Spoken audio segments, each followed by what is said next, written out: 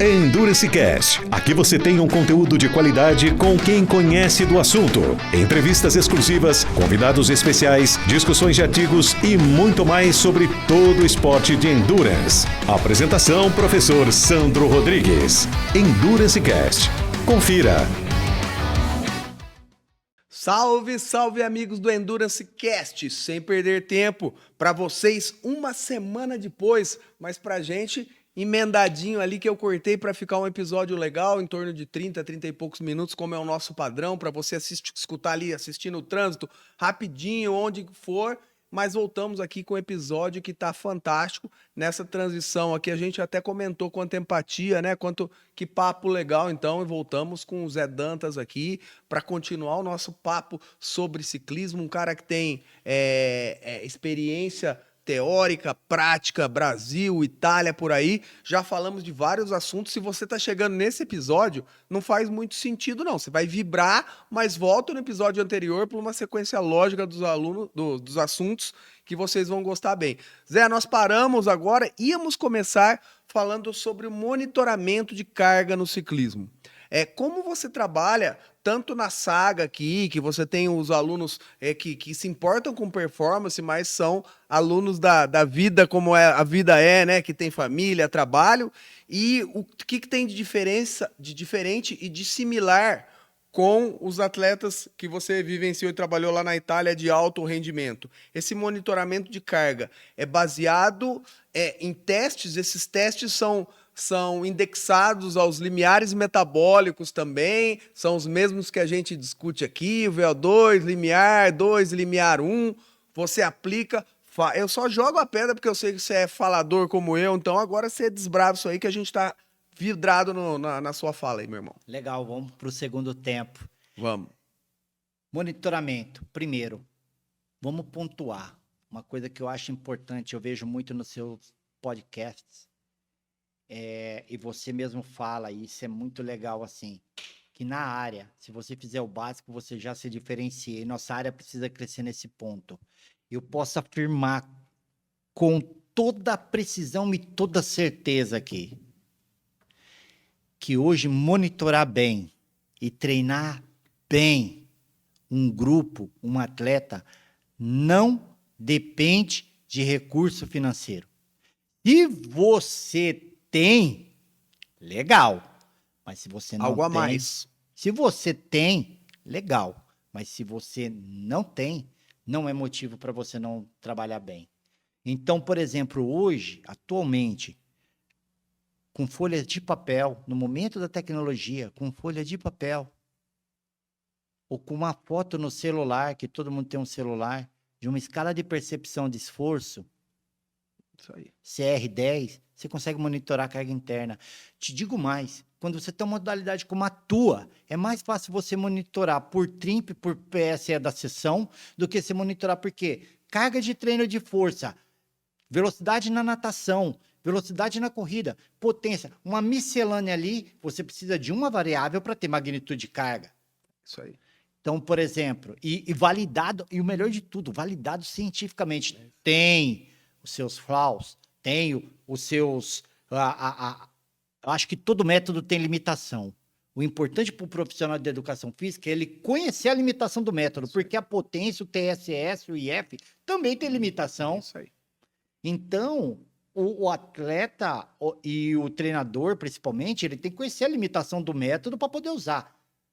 Ele pode usar, mas ele tem que saber a limitação. Então, hoje, se você tem uma folha de papel com questionário psicofisiológico aqui e com questionário que você pergunta escala de percepção de esforço, você treina quem você quiser, seja um grupo. Basta você saber aplicar método. Agora, obviamente, se você tem percepção de esforço e frequência cardíaca... Algo a mais. Se tiver a potência. Se tiver potência, melhor. Eu digo, sempre brinco com meus... eu preciso de medidor de potência para treinar. Eu falo, não, mas se tiver, legal. Por quê? Eu sou general. Eu vou pra guerra de qualquer jeito, cara. Isso aí. Aí depende da arma que você vai prover para mim. Se me der percepção de esforço, te treino com percepção de esforço. Se você me der frequência cardíaca, te treino com frequência cardíaca. Mas se você me der um medidor de potência, eu te treino. Se você me der isso e o questionário psicofisiológico, pronto. Porque o atleta, você tem que olhar ele 360 graus, principalmente o amador. Concorda comigo? Concordo. A parte psicológica, todo mundo fala do estresse, balanço estresse, treino. Mas todo mundo pensa no estresse de treinamento. E o estresse da vida? Exato. A somatória que influencia na tua adaptação e impacto é a somatória dos estresses da sua E a vida. gente tá cansado de ver a diferença de atleta para atleta. Como o estresse, o sono, a briga, o emocional influencia em um, não influencia o outro, né, cara? Exato, exato. E aí você vê que legal. Você treina um atleta de elite, o trabalho dele. Todo mundo fala, nossa, treinar atleta de elite é difícil, o amador é um campo mais fácil. Se você faz sério, não. Perfeito. Porque o atleta de elite, Sempre o falei trabalho dele é treinar. Tá muito mais na nossa mão o controle e as variáveis ali, porque a gente sabe que aquilo acabou. E o estresse de trabalho dele é treinar. É Tem a isso aí. pressão por resultado, tudo, mas é treinar. O amador, ele tem o trabalho para gerenciar, além do Família, treino, família, tudo. Foi tomar uma, o cara tem alimentação ali de um dia, o outro cada dia. Então, ter esse balanço e olhar, isso é legal. Aí você vê, assim, você tem variável de cunho fisiológico, variável de cunho mecânico, porque potência é carga externa. Isso aí. Isso aí. Potência tem relação estreita e dá para predizer impacto de carga interna? Dá, que é o efeito psicofisiológico que a carga externa tem de você. Dá. Isso aí. Dá para predizer e tem relação, mas potência é carga externa. Isso aí. É variável mecânica. Isso aí. Se você não tiver outra para acompanhar e não tiver a psicofisiológica, você pode se perder no processo, principalmente treinando no alto nível, que as cargas são máximas. O cara do alto nível, diferente do amador que não compete em alto nível, porque o amador que compete de alto nível também é assim, ele corre nos 7.000 giros do relógio, o alto rendimento. É ali no carro, nos 7.000 giros do motor, ele está quase entrando na zona vermelha. E aonde ele melhor rende é ali, não é ali que o carro rende a melhor marcha? No finalzinho da zona azul, entrando na zona vermelha. A grande saque é o monitoramento, você manter o cara ali sem entrar na zona vermelha. O amador, você pode até trazer ele nos 5.000, ficar ali, mas ele não vai render. Tem muito amador de alto nível que hoje quer girar nos 7.000. E aí vai acontecer o quê, né? Você vai pro overtraining se você não tiver um monitoramento bom. A grande sacada é você conseguir monitorar bem para ele não entrar lá. Ou é o 7.000 dele, que é o 7.000 dele, é o 5.000. Exato. Velho, pra você não é 7.000, é 5.000, velho. Aí a gente já tá no outro tema, né? Que é talento, motor, o que vem da mamãe natureza e treinamento. A gente vai entrar nele, a gente vai falar sobre isso também. Tá, e aí sobre carga que nós estávamos falando aí, é De legal. monitoramento. Isso, e é legal que você fala, né? Mais empatia. Você falou variável mecânica, né? E eu Isso. chamo de variável física, biológica e subjetiva. Isso, que é a tamo PSA. ali. Então a gente fala a mesma coisa. E é isso, né, Zé? Porque assim, eu fico puto com meus alunos que eu tenho Turbine Pix, uma plataforma legal, eles têm lá o relógio, tudo, a potência de última geração, mas assim, se o cara não põe a nota de percepção de esforço e principalmente um breve comentário de como foi aquela sessão, eu fico cego, cara. Exato. Então, toda a métrica fisiológica, a biológica e a mecânica ou física, ela é super importante desde que eu tenha o pré-requisito básico, que é a qualitativa, que é a percepção. E ontem eu saí, porque às vezes ele deu uma nota mais alta de percepção, com aquela potência, e aí ele já fala, poxa, que essa noite eu dormi menos e ontem eu saí com a patroa. Acabou, já me respondeu agora. Exato. Só com aquilo lá a gente fica muito órfão, né? Exato, porque o que acontece, cara? Principalmente quando você está trabalhando no limite, que você está trabalhando para o cara performar o melhor que ele pode com o que ele tem, que isso aí é relativo, individual de cada um. Quando você... Vou puxar o primeiro gancho para entender, para falar isso aí. É claro que é relativo à pessoa, mas grande desempenho requer grandes cargas de treinamento. Ponto, acabou. Isso aí. Grandes rendimentos. Individual, é claro, o meu melhor rendimento vem com as melhores cargas que eu consigo suportar. Isso aí. No momento certo, bem feito. Então, não tem como fugir disso, certo? Então, quanto mais perto da sua melhor carga, mais perto você está de quebrar. O lance é controlar, para que você não quebre. E aí a gente usa todo esse monitoramento para evitar que o cara entre. Todo mundo fala de overtraining, mas pouca gente entende que quando o cara chega no período de overtraining, ele já tá morto, ele vai demorar 6 meses para recuperar. E já deu tanto sinal que não foi visto, foi negligenciado, né, velho? Porque a gente tem 2 fases. Tem discussão na literatura que isso não é necessário, inclusive de um cara que eu respeito demais, que é um dos caras que é a base do que eu sou hoje, porque ele me deu uma formação, assim, espetacular, que é o Fabiuso Nakamura. Ele foi meu orientador. Então, ele mesmo discute, é necessário overreach funcional para poder ter alto rendimento? E tem a discussão, mas vamos anular essa discussão, e vamos, assim... Tem teorias que falam que a gente tem que ter o overreach funcional, que é uma sobrecarga que diminui um pouquinho o rendimento, para você ter a supercompensação. Esse é que você quer. Depois você ter o overreach não funcional, que é quando você passou um pouquinho do ponto, com 3 semanas, 6 semanas, 1 mês, se bem controlado, o cara volta, se você pega.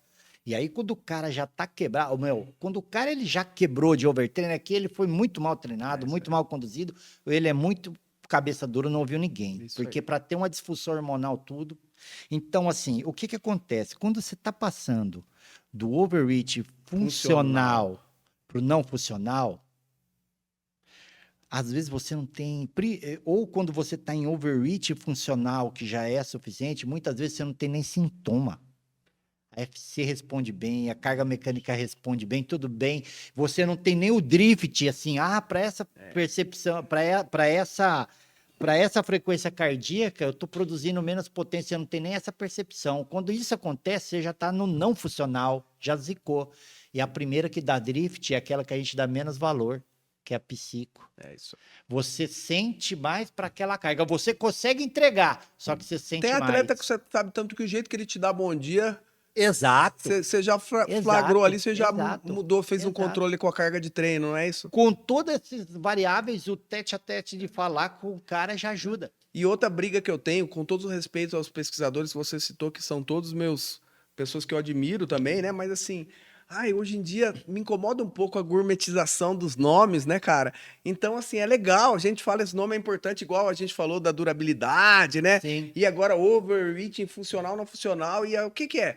É um estresse para quebrar o homeostase, para gerar adaptação e supercompensação, cara. Isso, e se é um você termo passar técnico. ali, exatamente, né? Isso. Que aí, Turíbio, 1984, falava quais os tamanhos dos estímulos que você pode provocar, Exato, né? exato. Leve, moderado, forte e muito forte. O leve não acontece nada, o moderado só excita, o forte o causa adaptação e o muito forte lesão. Então eu tenho que dar forte para todo mundo, para minha avó e para o campeão mundial. Agora, o que é forte para minha avó, para ela supercompensar, e o que é forte para o campeão mundial é uma coisa, né? Isso. Então, assim, E a é o que você falou. E aí, faça o básico que você já está dentro. O problema é que o povo não faz o básico. A quantidade de estímulos fortes, moderados, que você equilibra aquelas cargas, vão gerar a condição de que passamos do ponto, estamos no ponto, geramos aquela fadiga, porque o corpo responde de estresse. É uma coisa que todo mundo fica assim, é quando você fala assim, você não melhora no treino.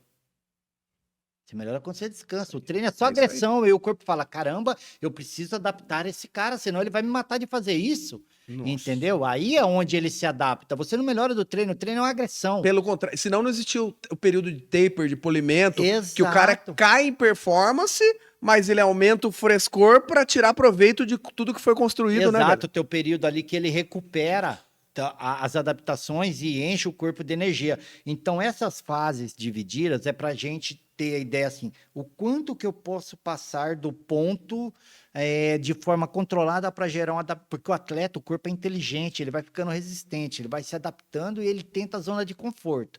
Se você vai dando estímulo no cara e ele acostuma com determinada quantidade de estímulo, o que ele faz? Ele fala assim, já adaptei, tô aqui. Aí, às vezes, você tem que concentrar mais carga. Sim. E entrar nessas fases para conseguir gerar adaptação, mas não pode passar do ponto. Perfeito, Zé. Tô aqui usando a nossa colinha, porque nosso papo tá tão bom que daí às vezes eu fujo. Tá. E aí, nesse contexto, linkando os assuntos, né?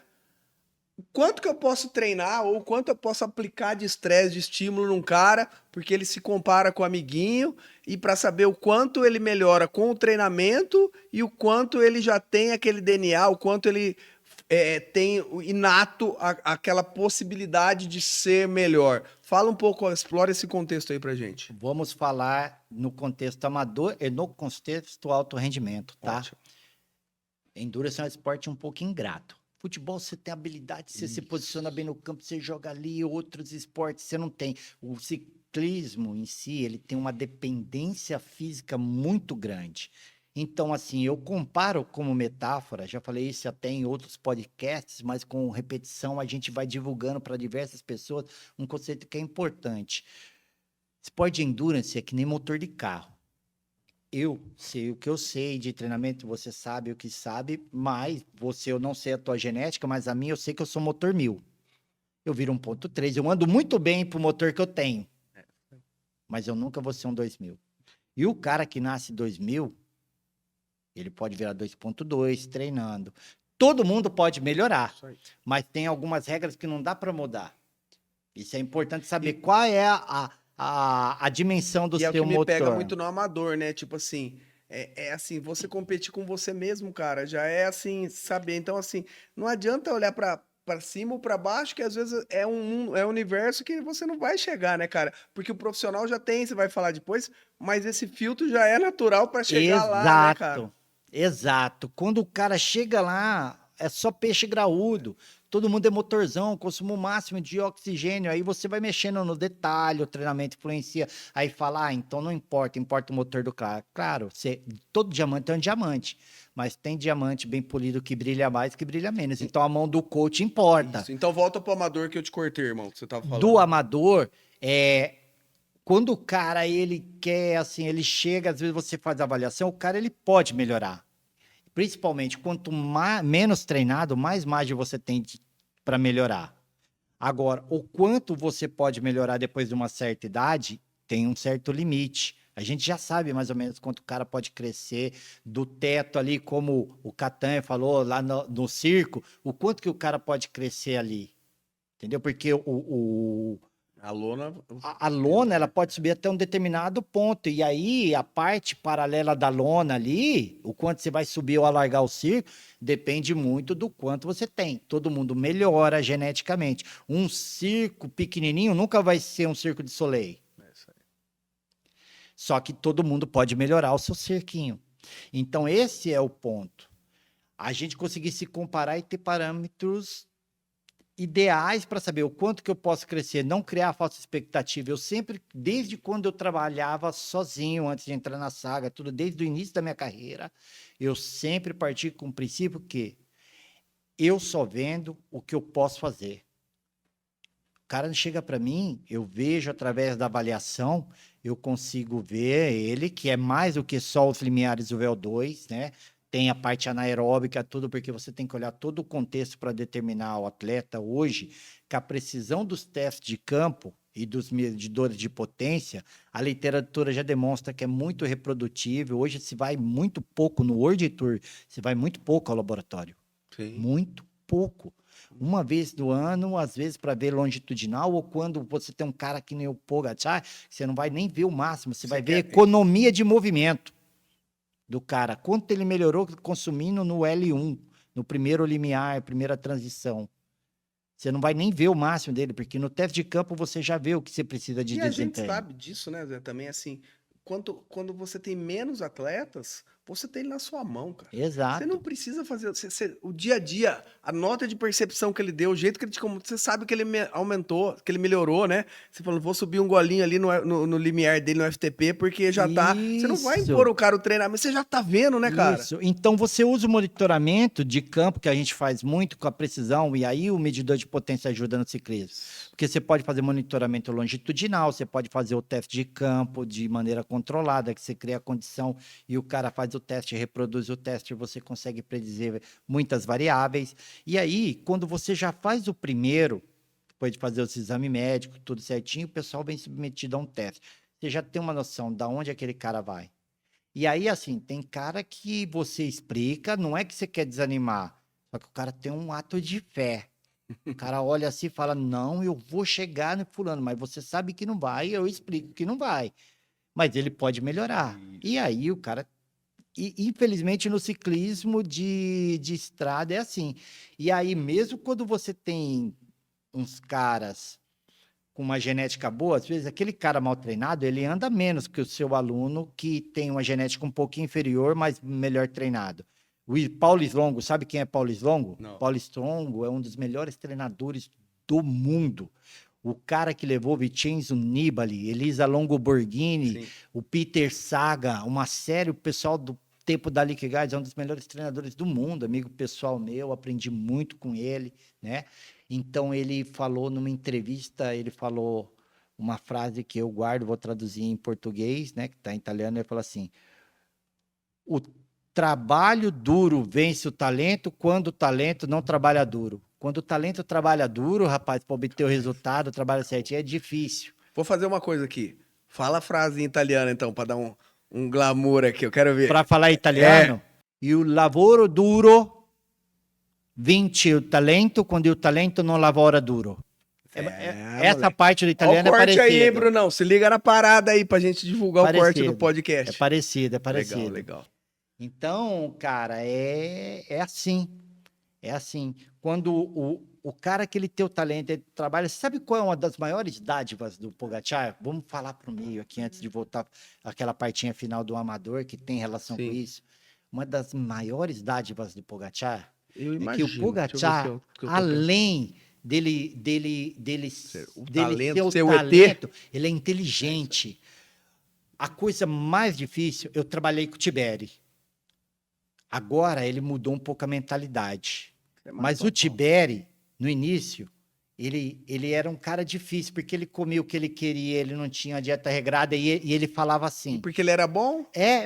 Eu vou de qualquer jeito, não importa quem me treina, eu vou forte, vado forte de qualquer modo, que é, eu vou forte de qualquer jeito.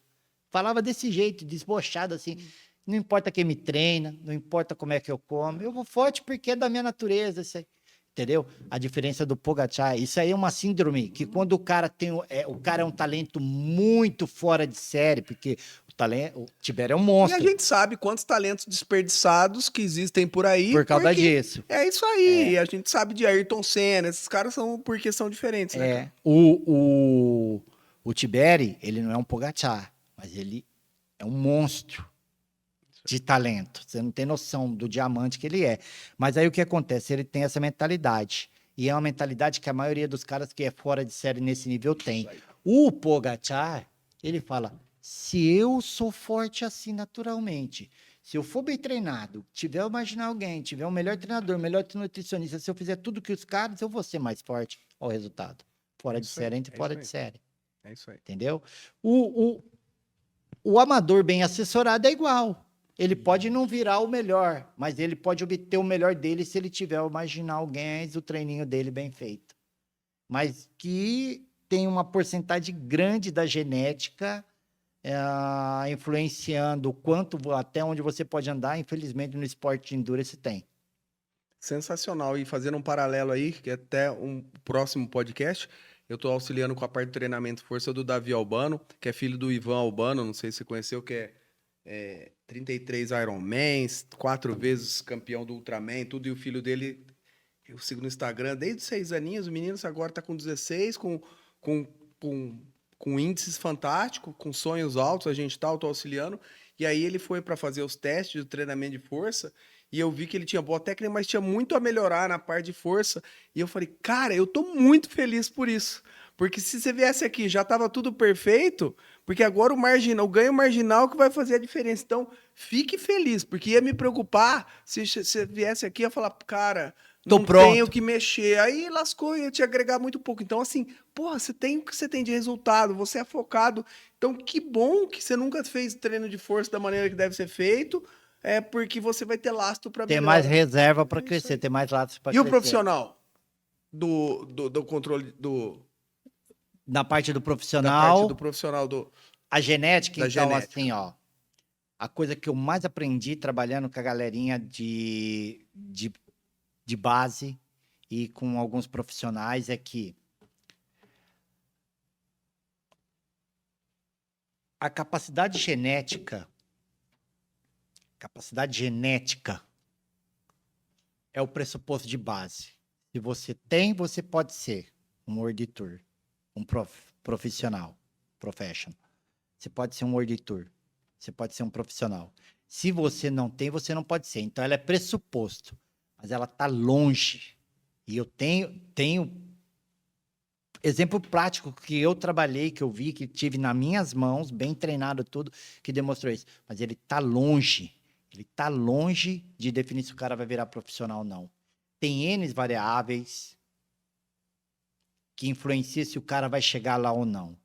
Desde a parte de influência, network, um bom representante, até a parte de que é a mais importante, que se o cara gosta da vida. Porque o ciclismo profissional está num nível tão alto, que o cara tem que gostar de ser profissional. Para bater o peso, para fazer a dieta, para ter a vida de profissional. Porque tem cara que tem a genética, e eu tive nas minhas mãos, cara que tinha uma genética assim, nível Cancelara.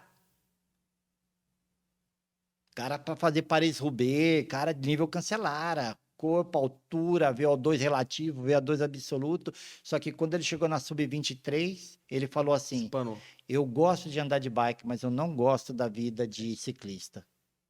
E tem que respeitar, e é o cara. A E é minha- muito mais legal o cara ser transparente assim. A minha resposta para ele, que a gente tinha uma relação, eu sempre tentei criar e observar esse lado humano nos meus atletas. E não é fácil, né? É, Eles porque a sabem. tendência é você ver um talento daquele, você quer A gente empurrar. tá falando em off aqui que, assim, a rotina do Iron Man fez quase eu perder o tesão da maior paixão da minha vida, Exato, velho. é Então, assim, quem é a gente pra falar, É né, cara? difícil. O Ayuso, por exemplo, É. o Ayuso falou assim, eu como o que eu quero 4 vezes no ano. É isso. Mas eu gosto disso. É diferente, tá vendo? É, isso aí. A cabeça do cara já é forjada Isso. para aquilo. Esse meu atleta, ele falou assim: não, eu não, eu gosto, eu respeito, eu fiz tudo porque as pessoas investiram em mim e agora eu tô saindo aqui, eu tenho vaga na sub-23 e eu quero parar. Hoje ele tá se formando em economia. Eu olhei para ele e falei assim: ó, o teu dono pode ser uma cruz. É isso aí. Foi o que eu respondi para ele. E ele, no outro dia, ligou e falou: ó, Tchau. dá a vaga para outro que tem gente melhor que eu para ir aqui.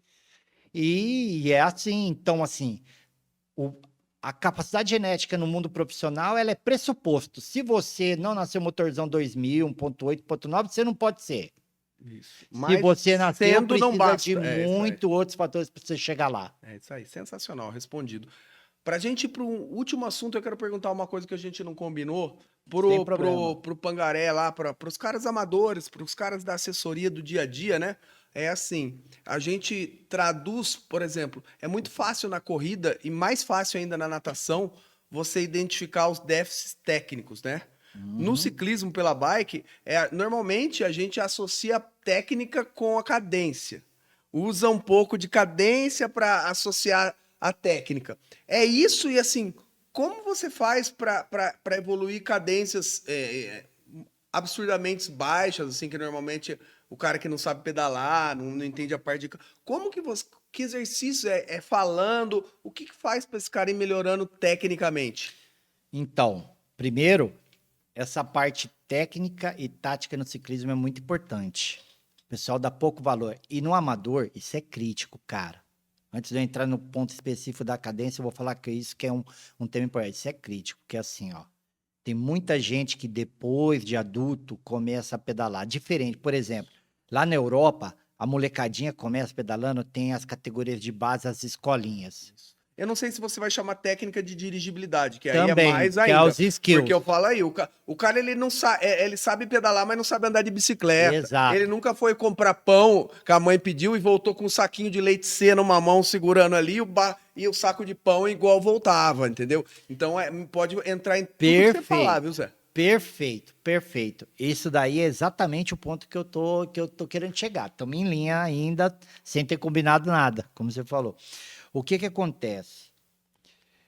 O cara, ele entra, pega a bicicleta e às vezes ele sabe andar de bicicleta de quando ele era moleque, ele aprendeu a se equilibrar nela e deslocar para ir buscar o pão, para ir fazer toda essa parte aí. Mas ele não sabe andar de bicicleta de verdade.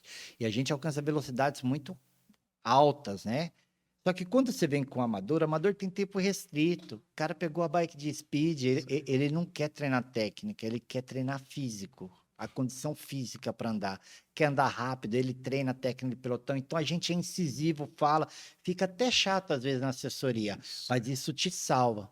Porque lá, como tem as categorias de base, quando o moleque chega na idade adulta, mesmo que ele parou de treinar, ele desenvolveu aquela capacidade, a bike é parte do corpo. Então ele salta, ele se defende, ele não precisa nem olhar. E aqui a gente não tem essa instrução técnica. Então treinar técnica é muito importante. Na parte de segurança técnica e tática, técnica de pelotão.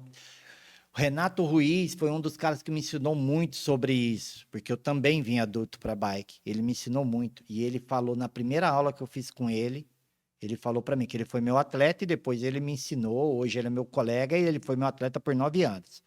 Então, você tem que fazer um teste prático quando você vai entrar, pegar a credencial de diretor esportivo na Federação Ciclística Italiana, principalmente para trabalhar a categoria de base, porque se você não souber, você não sabe ensinar. Certo. Você não precisa ser um expert, mas você tem que saber o que você vai ensinar. Então, tem um teste teórico e prático. E o Renato me treinou nas minhas fraquezas para eu entrar nele. Ele falou para mim assim, a gente tem a sensação com a velocidade que a gente tem controle da bike, mas se você não controla ela parado,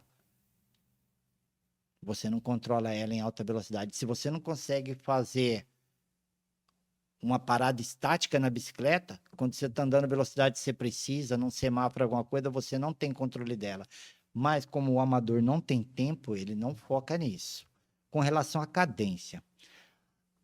A cadência é crítica, porque assim, o amador, quando ele chega, ele tem uma tendência a pedalar pesado, forte, porque ele não tem as adaptações necessárias de VO2, periféricas, para sustentar uma cadência mais alta. Mas enquanto você está pedalando devagarzinho, numa intensidade mais baixa, legal. A partir do momento que você ganhou as adaptações periféricas, é legal você otimizar. É claro que um cara que pedala a 65 de cadência, ele não vai pedalar 95, porque tem neuralmente uma tendência a. Mas ele pode melhorar 5 pontos, 10 pontos e a 70 e tal. E aí o que acontece? As fibras rápidas, que é aquela que gera fadiga e que te quebra e que consome glicogênio, o carboidrato que mesmo você comendo você não repõe, eles são mais recrutados por torque do que por força. Tá. Então, quando você muda 5 de cadência para baixo, para manter a mesma potência, você tem que aumentar muito o torque. Então, você fadiga aquelas fibras. Aí você chega vazio na subida, que é onde você tem que usar ela. Isso. Você já chega vazio, porque você usou um combustível que você não repõe. O glicogênio, diferente da gordura, você é como ter um cilindro que você vai queimando. O quanto você vai chegar no momento chave da prova que você precisa de torque... Eu já falei que eu te amo no podcast? Não, ainda não. É que ele chama de baixando, eu brinco de riscar fósforo, que tem na caixa. Exato. E aí, uma hora o fósforo acaba, fio. Cada vez que você vai batendo, cara, legal, você vai empatia, queimando. Né? Quando você melhora de cadência, as fibras lentas, entre 60 e 100 RPM, ela consegue contrair na mesma velocidade da pedalada. Então, elas continuam trabalhando se você aumentar a cadência, mas o que você vai diminuir do torque vai fazer você salvar glicogênio. O problema é que um ponto de cadência ótima, ele não melhora se você não treiná-lo. Porque a percepção de esforço, quando você aumenta a cadência devido à capacidade cardiorrespiratória e periférica, ela aumenta. Então, você tem que gerar o desconforto para melhor. Exato, para achar o ponto melhor. E aí é o que eu falei mesmo, né? Então, assim, nesse lance da cadência, o único jeito é cadência. É trabalhar, exato. Não tem o que fazer, é diferente, exato. Né? Por exemplo, na natação, você fala, olha, porque eu vejo um monte de gente inventando moda aí, ó, tira um pedal, fica pedalando numa perna. Então, assim, puta papagaio, eu acho, né? Sim. Mas, já foi, longe. Até isso, eu já fiz fazer isso. Porque na natação, não. Na natação é muito claro que os educativos, na própria corrida, cara, eu sou um defensor dos exercícios educativos, entrei em conflito com muita gente da minha área aqui, porque insiste em que eles têm que ter um estudo falando, ó, se você fizer 10 metros, você vai ter... E não existe isso. Mas assim, que é mais, mais na cara que nariz que os educativos de corrida melhoram. Todo cara olímpico campeão, os caras fazem o tempo inteiro, porque isso traz economia. Agora, no ciclismo, é mais difícil. Então, você tem que fazer o quê? Aumenta o giro. Você impõe o giro. Ó, eu quero tanto giro. Você faz isso com seus atletas? Sim, eu coloco eles, tem o sistema de treinamento certo. Quando o cara tem, é claro que você tem que entender a cadência ótima do seu atleta. Ninguém tá querendo normatizar todo mundo. Olha, eu quero É 80 inútil. de RPM, 85, 90, ou mesmo os clássicos 180 passos por minuto. Não é isso que eu tô falando, caralho. Exato. Não é 180, o seu pode ser 170, mas se for 170 e o jeito de jogar pra 173, você terá economia, cara. O cara que ele pedala normalmente a 65, não adianta você querer botar ele para pedalar 95, que ele não vai aguentar e Nunca. ele não vai melhorar. Mas se ele melhorar para 70. Lembra que eu falei para você os percentuais? Se você aumentar 10%, é high cadence, isso aí. acima da sua É isso aí. média normal. Se você diminuir, e aí você salva energia para não ter aquela cãibra quando você está na subida, para você, porque você tem reserva e você tem fibras para trabalhar lá. Não chegou todo mundo cansado no momento chave. Isso aí, o cara só vai sentir se quando ele for usar numa prova que ele precisar das fibras rápidas que já estão todas esgotadas. Você abre a caixa de fósforo, tá tudo usado já, né, cara? Exato. Ou eu costumo falar que uma Ferrari sem combustível anda menos do que um Fiat Uno. É isso aí. Perfeito, cara. Fechou? Fechou. Vamos fechar agora. Olha aí como o tempo voa. Já estamos estourando o segundo podcast. Queimei meus podcasts, minha carga, meus fósforos de podcast que eu paguei, minhas horas de podcast, hein, Brunão? Zé, pra gente fechar um assunto muito legal, né?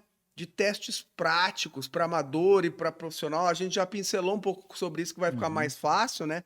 Mas de teste de campo, né? Ou teste indireto e teste direto, testes laboratoriais, né? Certo. Então a gente sabe, já falou que que um atleta que você tem na mão, você nem precisa, às vezes, nem de teste indireto. O próprio treino já é um indicador que você pode apertar, mudar os limiares dele ali. Mas o que você fala? Quais testes você usaria? São válidos para amador, para profissional? Se o cara tiver investimento, vale a pena, assim, mesmo ele ir para o laboratório, impor um teste que já tem um treinador ali, chegar com... Fala um pouco sobre esses protocolos aí, esses Olha, testes.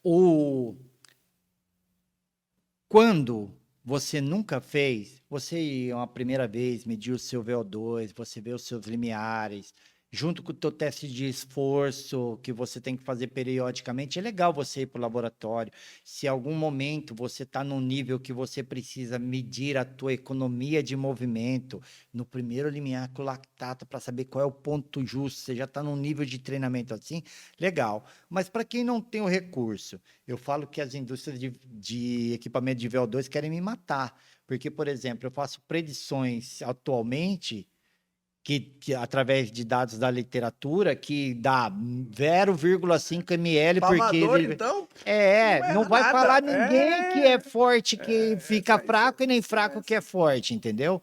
É claro que você tem uma precisão maior quando você está no laboratório para medir economia de movimento, medir o valor preciso.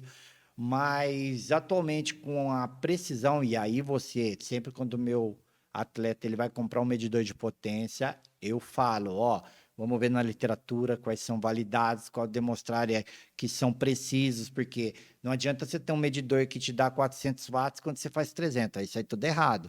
Mas se você tem um medidor que é relativamente preciso, é bem preciso, validado na literatura, você consegue predizer tudo e entender o teu atleta completamente a nível de capacidade fisiológica e neuromuscular para você prescrever. Eu tenho o meu protocolo específico que eu aplico, que é um protocolo que baseado, ainda não validei ele cientificamente, mas eu tenho suporte de validação científica, porque para compor ele eu usei toda a literatura a nível de reprodutibilidade de esforços no campo, antes, tempo de recuperação entre estímulos para poder obter o melhor que você pode. Então, eu montei um protocolo que foi uma da parte da minha tese, quando eu fiz o curso de 4 níveis UCI, Cycling Coach, que tem poucos no mundo, que é ligado à ciência e prática. O CI nível 4 é o nível mais alto de UCI, te habilita a treinar World Tour, o que tiver. Então, quando eu fiz isso, fez parte da minha tese lá. Então, eu tenho um protocolo específico meu. Mas na literatura, atualmente, você encontra recorde de 5 minutos para predizer VO2 com precisão.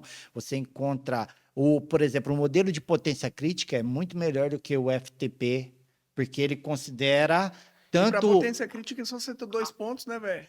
Então, se você tiver vários, como no meu Melhor- teste, por exemplo, isso melhor aí, ainda, é é mais isso aí. preciso, porque ele considera o efeito da parte anaeróbica que os caras estão falando agora na literatura, que a velocidade de acúmulo de lactato máximo influenciando os limiares. Eu olhei para o Renato conversar e falei, e daí? Qual é a novidade? É. Né? Se a fibra tipo 2 é que determina o momento que você concentra lactato, é claro que isso vai influenciar, entendeu? Mas você tendo um modelo de potência crítica, a curva inteira, você consegue predizer melhor o FTP do que você predizer através de 90%, como o Isso. Hunter, o grande grupo, fez lá, e que tem literatura que demonstra que não é o mais preciso. Então, assim, na literatura, eu não vou me ater a um teste específico, mas na literatura tem diversos testes que, com os medidores, é muito fácil produzir um medidor preciso hoje, atualmente, com a tecnologia que tem, E se você tiver consegue. aquele rolê, já que você está falando, mas o cara que é ciclista e que não é meu aluno da assessoria, não treina na saga também com você, mas que a gente quer ajudá-los também, né?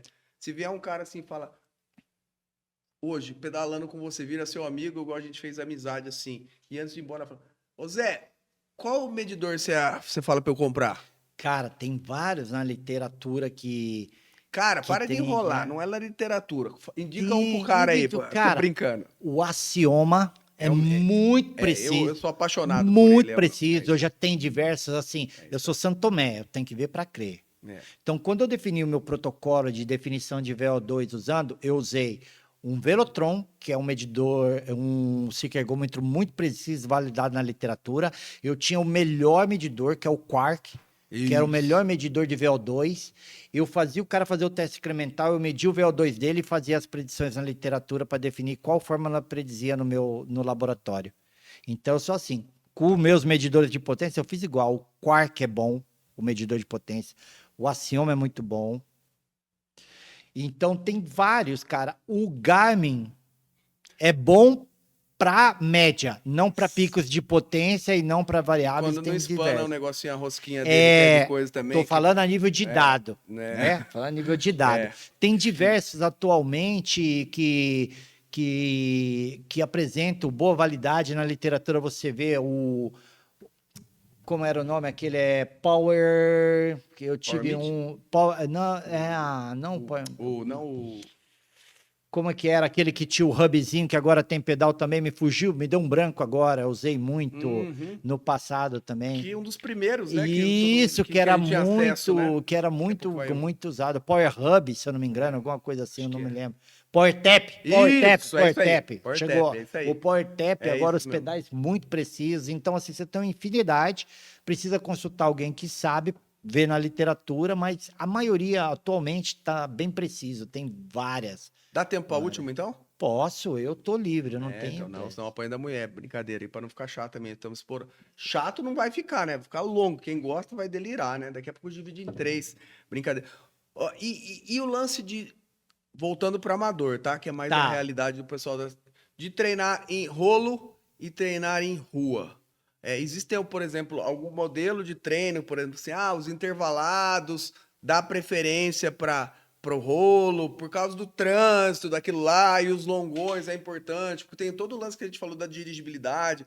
O quanto você acha importante o rolo e quanto você acha importante a rua, casar os dois é o melhor do mundo, quem pode investir, não, quem pode ir sempre na rua, porque a especificidade é a rua, né? Então, Exato. é igual assim, correr na esteira nunca vai ser igual correr na rua, mas a esteira é um equipamento que ajuda absurdamente. Penso que o rolo também. Fala um pouquinho para a gente fechar esse assunto que não tínhamos combinado e que já Sim. estourou o tempo e dar uma sintetizada para nós. No meu ponto de vista é o seguinte, cara, assim, eu sempre penso quando eu vou falar com meus atletas a nível de periodização, a nível de estratégia, a nível de meios e métodos, meio foi exatamente o que você falou, o rolo tudo em métodos, de que a gente vai usar, o que eu coloco assim? A gente tem o mundo ideal e o mundo real. E você tem que se Isso aí. adaptar. A gente programa pensando no mais próximo que a gente pode chegar no ideal, mas a gente tem o real. Endurance é um esporte igual namorada ciumenta. Quanto mais frequente, melhor. Tanto é que a gente tem no Endurance uma linha de progressão: frequência, duração e intensidade. Né? A gente tem assim, meu... Que monte de atleta quer inverter isso aí, né? E a Exato. gente tá cansado de ver, né? Então, assim, Exato. dentro dos próprios alunos.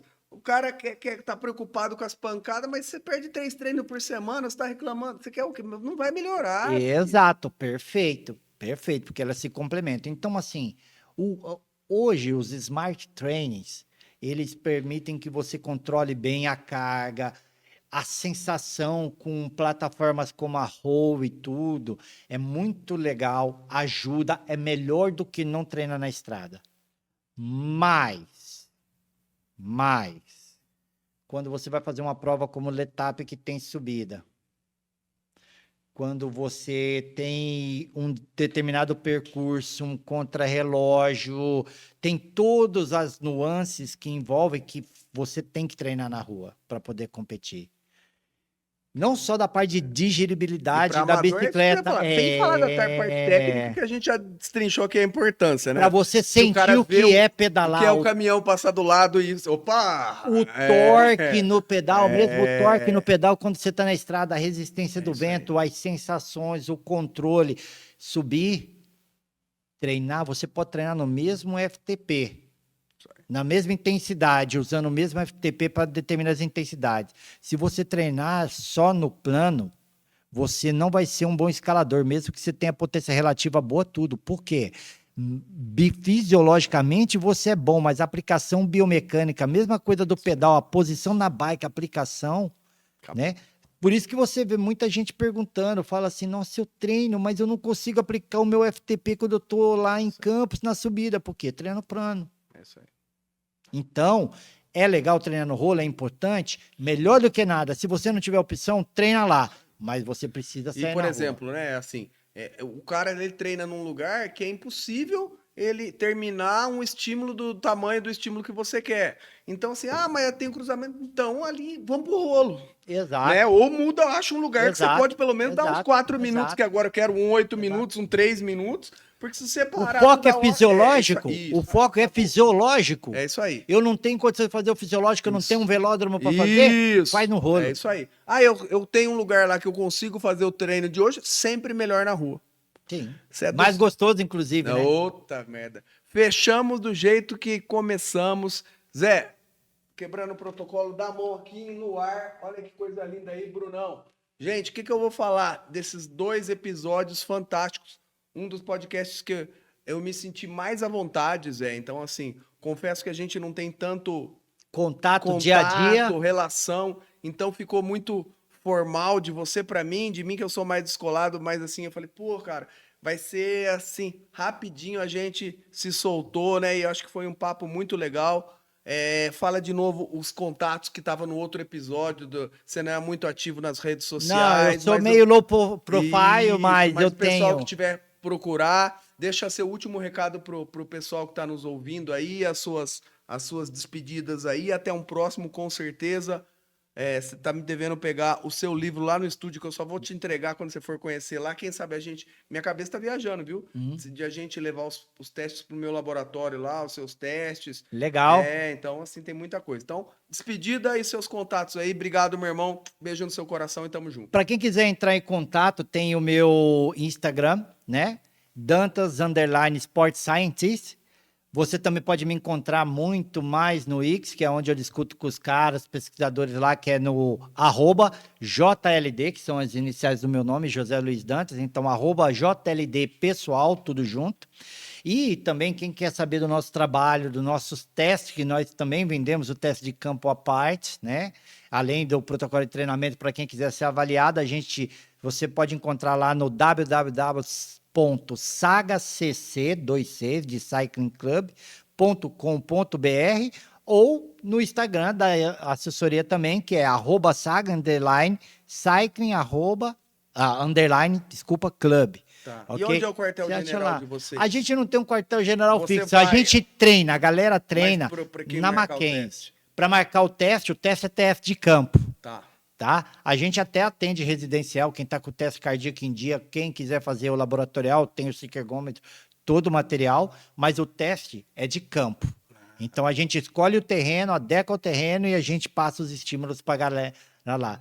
Eu agradeço a oportunidade mais uma vez, me diverti demais em compartilhar. Eu sou menos turrão e menos tão cientista, tão formal quanto pareço, né? Às vezes na minha fala, eu acho que você percebeu isso, eu também consigo soltar e falar do modo amigável. Eu gosto de explicar muito por metáfora, então assim, é bom que quebra esse paradigma de que eu sou um pesquisador, eu sou um sport scientist, eu gosto de aplicar, eu vejo esse equilíbrio, eu tenho assim, às vezes o pessoal não tem permeabilidade sendo cientista e eu tenho essa permeabilidade, porque eu acho que uma das coisas que eu tenho como padrão de vida é a ideia de que qualquer homem, seja numa classe de nível mais baixa, seja de outra etnia, de outra cultura, seja de uma classe, qualquer homem que você encontrar na frente, homem generalizando, né? Homem, mulher, qualquer ser humano que você encontrar na frente, tem alguma coisa em que ele é melhor que você. Basta você saber aproveitar. Descartar o que é ruim e saber aproveitar. Então, assim, nós, cientistas, somente descobrimos o que os coaches já sabiam, mas não era sistematizado. Então, a gente não resolveu todos os problemas, então eu tenho essa permeabilidade. Então, isso, às vezes, passa a visão de cientista, um cara duro que acha que sabe tudo, e não é assim.